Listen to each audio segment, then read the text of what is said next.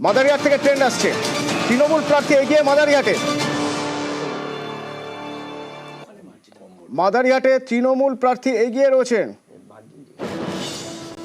মনোজ টিগ্গার ছেড়ে যাওয়া আসন মাদারিহাট, সেই মাদারিহাট বিজেপির হাত থেকে ছিনিয়ে নিতে মরিয়া তৃণমূল প্রার্থী এখানে এগিয়ে রয়েছেন। কত ভোটের লিড রয়েছে প্রথম রাউন্ডে?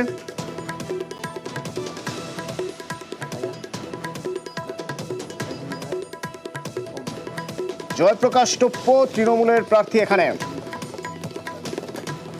বিজেপির রাহুল লোহার, আরএসপির বাদাম ওরাও রয়েছেন এখানে।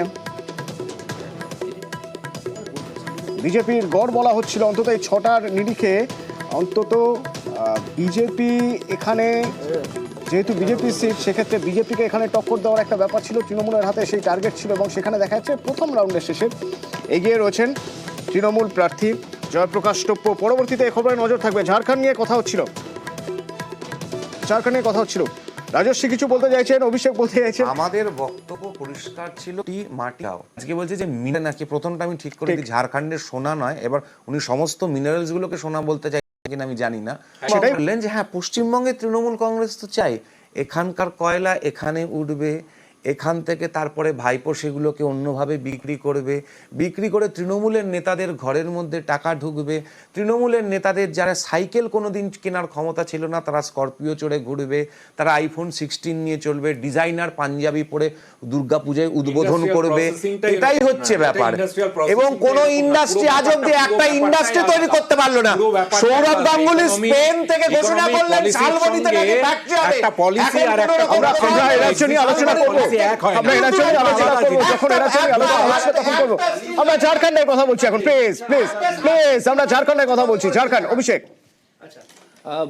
বিজেপির বাংলাদেশি হিন্দু নিধন সম্বন্ধে বা বাংলাদেশে যে হিন্দুদের প্রতি অত্যাচারের যা বিক্ষোভ, শুধু টিভি চ্যানেলে জবে থেকে গত 2.5 মাস ধরে ওখানে ধ্বংসলীলা চলছে। এর ভেতর আমরা দেখলাম বাংলাদেশের সঙ্গে ইন্ডিয়ার টেস্ট ম্যাচ খেলা হলো এখানে। আইপিএলে বাংলাদেশি ক্রিকেটাররা খেলতে আসছে, আর শুধু পাকিস্তানে চ্যাম্পিয়ন্স ট্রফি খেলতে যাওয়া হবে না বলে এখানে ন্যাকামো করা হচ্ছে। বিসিসিআই আমি চালাই, আইপিএলটা কংগ্রেস চালায়, ওইসব ন্যাকামো অন্য জায়গায় দেখা না হলে কি এটা তো হতে পারে। ক্রিকেট খেলা নিয়ে হচ্ছে খেলা, ওই ক্রিকেট খেলা, ক্রিকেট খেলা বন্ধ করে দাও। তুমি খেলবে একটা বড় বড় আমরা ক্রিকেট খেলবো না, আমরা পাকিস্তানের সাথে ক্রিকেট খেলবো না। বাংলাদেশের প্লেয়াররা কি খেলতে পারছে? এই প্রশ্ন কে দেবে? ওবামা আমাকে মেরেছে বলে ওদের প্রধানমন্ত্রী।